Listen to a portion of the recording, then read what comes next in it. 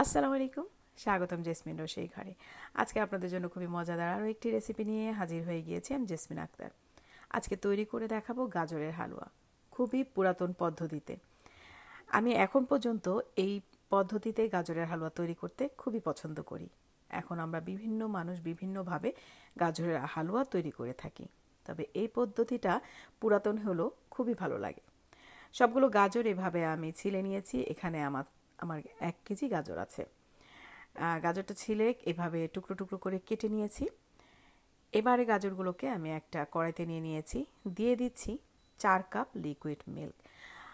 আপনারা দুধের পরিবর্তে পানীয় ব্যবহার করতে পারেন, পরবর্তীতে চাইলে পাউডার দুধ ব্যবহার করতে পারেন, তবে আমি শুরুতেই দুধ দিয়ে সেদ্ধ করে নিচ্ছি। আমি চুলায় বসিয়ে এটাকে সেদ্ধ করে নিব। আপনারা চাইলে প্রেসার কুকারও ব্যবহার করতে পারেন, তবে আমি এইভাবেই চুলায় বসিয়ে সেদ্ধ করে নিচ্ছি।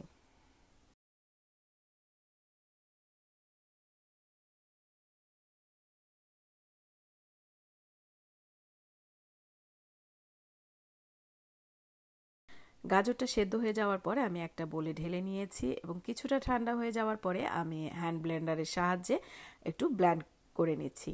আপনারা চাইলে পাটায় বেটেও এটাকে করতে পারেন, অথবা রেগুলার ব্লেন্ডারেও পেস্ট তৈরি করে নিতে পারেন। হ্যান্ড ব্লেন্ডারের সাহায্যে অনেক ইজি হয় ব্লেন্ড করতে, সেই জন্য আমি হ্যান্ড ব্লেন্ডারটাই ব্যবহার করেছি। এবার আমি কড়াইতে 1/2 কাপ ঘি দিয়ে দিচ্ছি।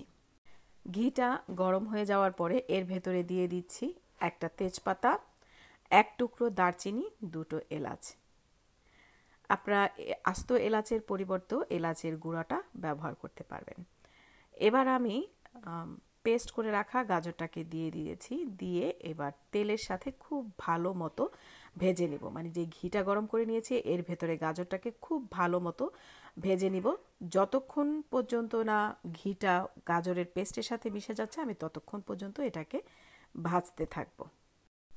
গাজরটা ঠিক এরকম শুকনো শুকনো হয়ে আসার পরে এবার এর ভেতরে আমি দিয়ে দিচ্ছি চিনি। চিনি আমি এখানে 1/2 কাপ ব্যবহার করেছি, একটু উঁচু করে। যদি সহজ হিসাবে বলি, প্রথমে 1/2 কাপ চিনি, এরপরে আরও 2 টেবিল স্পুন চিনি দিয়ে দিলেই মিষ্টিটা পারফেক্ট হয়ে যাবে। আপনারা চাইলে আর একটু বেশি বা কম করে নিতে পারবেন। এবার চিনি দিয়েও আমি কন্টিনিউ গাজরের সাথে মিশিয়ে নাড়তে থাকবো। শুকিয়ে যখন 4-5টা থেকে তেল ছেড়ে দিবে, মানে ঘিটা ছেড়ে দিবে, তখন আস্তে আস্তে এটাকে চুলার আঁচটাকে কমিয়ে আবারও নাড়তে থাকবো। আপনারা চাইলে ঠিক এই অবস্থায় এলেও গাজরের হালুয়াটা খেতে পারবেন। আর যদি ডাইসে বসিয়ে অথবা বরফি কাটতে চান তাহলে আরও অনেকটাই শুকিয়ে নিতে হবে। কন্টিনিউ নাড়তে হবে যতক্ষণ পর্যন্ত না টাচ করার পরে হাতে উঠে আসে বা হাতে লেগে না যায়, ততক্ষণ পর্যন্ত আমি গাজরের হালুয়াটাকে এভাবে নেড়ে নেড়ে শুকিয়ে নিব। ঠিক এই অবস্থায় এলেই আমি নামিয়ে নিব। একটা প্লেটে আমি ঢেলে নিচ্ছি। কিছুটা ঠান্ডা হয়ে যাওয়ার পরে আমি একটা ডাইসের সাহায্যে গাজরের হালুয়াটাকে সার্ভ করে নিব। আমি একটু নেড়ে চেড়ে দিচ্ছি। কিছুটা ঠান্ডা হয়ে আসার পরে আমি এই ডাইসটা, আপনারা চাইলে বিভিন্ন রকমের এভাবে ডাইস ব্যবহার করতে পারেন, আমি এটা ব্যবহার করছি। ঠিক এইভাবে আমি গাজরের হালুয়াটা রেডি করে নিচ্ছি।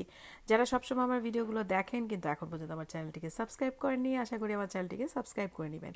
যারা ফেসবুক পেজ থেকে দেখবেন তারা ফেসবুক পেজটিকেও ফলো করে রাখবেন আমাকে সাপোর্ট করার জন্য।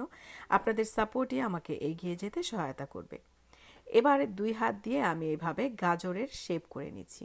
যে কোনোভাবেই এই হালুয়াটা খাওয়া যায়। আপনারা যদি আরও জাল করে শুকিয়ে নিতে চান সেটাও পারবেন। কেমন লাগলো আজকে আমার এই গাজরের রেসিপিটি অবশ্যই কমেন্ট করে জানাবেন। যদি ভালো লেগে থাকে তাহলে অবশ্যই লাইক করবেন, শেয়ার করে দিবেন ফ্রেন্ডস আর ফ্যামিলির কাছে। আর আপনারা ঘরে তৈরি করে আমাকে কমেন্ট করে জানাবেন কেমন হলো আপনাদের রেসিপিটি। আজ এ পর্যন্তই। অন্য কোনো সময় নতুন কোনো ভিডিও নিয়ে আমি আবারও হাজির হয়ে যাব আপনাদের সামনে। সে পর্যন্ত ভালো থাকবেন, সুস্থ থাকবেন। আল্লাহ হাফেজ।